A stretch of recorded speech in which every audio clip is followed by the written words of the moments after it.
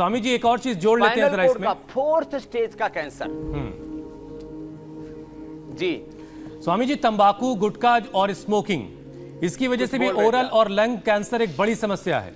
तो ये जो आदत है इन सारी चीजों की, इन आदतों को कैसे छुड़ाएं, उसमें योग कैसे हमारी मदद कर सकता है, इस चीज को भी जोड़ लीजिएगा।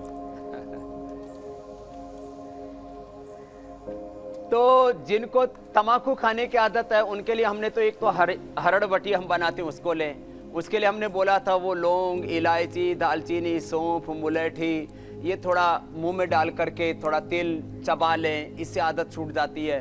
एक बहुत अच्छा उपाय, मेरे साथ ही ये जो यहाँ पर जो बच्चे हैं शूटिंग करते हैं, इनमें से एक लड़का जो है वो सिगरेट पीने की इसको आदत थी, तो उसने पतंजलि का जो दिव्य दंत मंजन आता है वही रगड़ा उसने। कुछ तो तम्बाकू वाला है, वो खतरनाक है। वो मंजन 2 टाइम करना शुरू कर दिया, उसकी तम्बाकू की आदत और सिगरेट की आदत छूट गई है। बहुत बढ़िया। तो है ये तो मेरे साथ में जो लड़का 20 साल से था, प्रमोद गोखले, उसका एग्जाम्पल दे रहा हूं, यही लाइव है वो।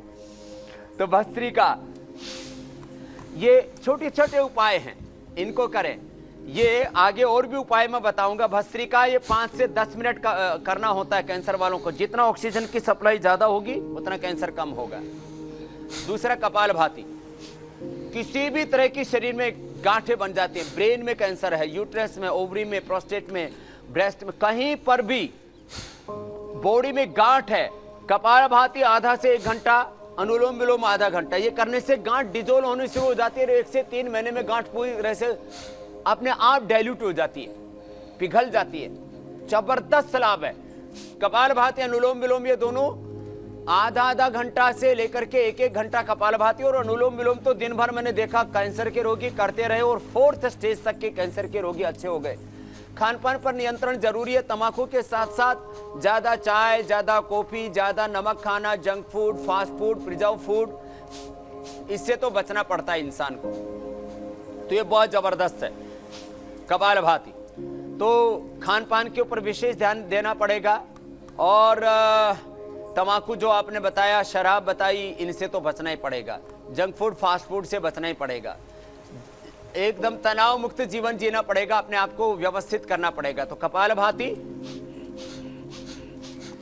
ये प्रोस्टेट कैंसर के लिए, किडनी के कैंसर के लिए, लीवर आंतों के कैंसर के लिए, पेनक्रियाज के कैंसर के लिए, और बॉडी में कहीं पर भी, हाथों में, पैरों में, ब्रेन में कहीं पर भी गांठ होती है उसको डिजोल्व करने के लिए, हाँ उसके लिए औषधियां भी हैं।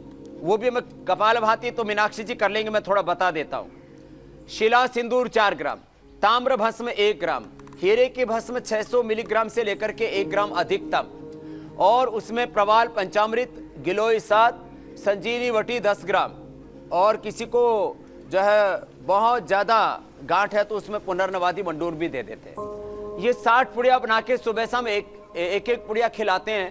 काचना और गुग्गुल वृद्धिवादी का वटी 2-2 गोली देते हैं।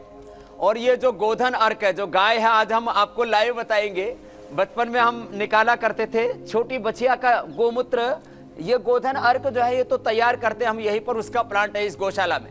हमारी ऐसी गौशाला है जिसमें हम किसी से दान चंदा नहीं लेते हैं, बल्कि ये इकोनॉमिकली प्रॉफिटेबल है। हमें गाय आधारित खेती को, गौशालाओं को स्वावलंबी बनाना पड़ेगा। आत्मनिर्भर भारत की बात हो रही है, तो हम ये तो गोधन अर्क तो तैयार करते हैं। आज में गाय से ही जो है एक तरीका होता है कि छोटे बच्चिया का तुरंत मूत्र निकाल के पी जाओ। ऐसा करके गौशालाओं में रह करके लोगों ने, हजारों लोगों ने सुबह शाम गोमूत्र पिया, दिन भर प्राणायाम किया, जो गाय के गोबर गोमूत्र से खेती होती है वही अन्न खाया पिया, और कैंसर के रोगी ठीक हो गए। तो जो मैंने आयुर्वेदिक उपचार बताए उसके साथ साथ ये गोधन अर्क, और आज अंत में हम बताने वाले हैं कि किस तरह से पंचामृत हम कैंसर के लिए बताते हैं, और उससे रोगी पूरी तरह से 3rd और 4th स्टेज के कैंसर के रोगी भी अच्छे हो जाते हैं। लोग रिकरेंस से बच जाते हैं। कैंसर होने के बावजूद भी उनको प्राणायाम रोज करना है, चाहे रेडिएशन केमो ऑपरेशन करवा करके कैंसर की जड़ें काट रही हो, ऑपरेशन से, रेडिएशन से, केमो से उसकी शाखाओं को भी सुखा दिया हो, लेकिन दोबारा हो सकता है कैंसर, उसको रिकरेंस होना बोलते हैं। तो दोबारा कैंसर ना हो इसके लिए भी प्राणायाम को अपनाना पड़ेगा। कपालभाति स्वामी जी और ये अनुलोम विलोम। दर्शकों के कुछ सवाल भी ले लेते ये हैं। प्राणायाम तो मैंडेटरी है, कंपलसरी है सबके लिए। मीनाक्षी जी कुछ पूछ रहे थे जी। कुछ सवाल हैं वो हम ले लेते हैं कि कई दर्शक ऐसे हैं जो इस वक्त सवाल पूछ रहे हैं कि कैंसर का निजात वो किस तरीके से पा सकते हैं। ऐसी एक दर्शक है भोपाल से रितेश सड़ीवाला जी। उनका सवाल है कि उनकी माँ को यूरिनरी ब्लैडर में कैंसर है और उनकी एक किडनी निकाली जा चुकी है। अब वो ठीक है, वो जानना चाहते हैं कि उनकी माँ कौन कौन से योगाभ्यास करे जिससे उनकी ये बीमारी वापस से ना हो, रिकरेंस जिससे हम बार बार बात कर रहे हैं। ये सवाल है। देखो, अब मैं अलग अलग यूरिनरी ट्रैक से लेकर के किसी को अलग अलग जगह का जो कैंसर है उसके लिए बता देता हूँ। वो गोखरों का तो पानी पिए, बॉडी में टॉक्सिन्स ऑक्सीडेंट्स को जमा ना होने दें। इसके लिए सभी लोग लौकी का जूस पिए, सबके लिए बोला। गोधन अर्क पिए रिकरेंस से बचने के लिए। और आज हम अंत में बताने वाले हैं वीटग्रास, एलोवेरा, गिलोय, तुलसी, नीम, इन 5 चीजों का जूस बना करके सब डेली पीते रहे तो बॉडी में कोई भी टॉक्सिन्स ऑक्सीडेंट्स जमा नहीं होंगे और पूरी बॉडी कैंसर फ्री रहेगी। पूरी बॉडी को भीतर से सैनिटाइज कर देते हैं गोधन अर्क के द्वारा और पूरा एनर्जाइज कर देते हैं नेचुरल चीजों में। वो आज हम अंत में जूस भी बताने वाले हैं, तो इनका सेवन करें। जिनको लीवर का कैंसर है वो सर्वकल्प का सेवन करें।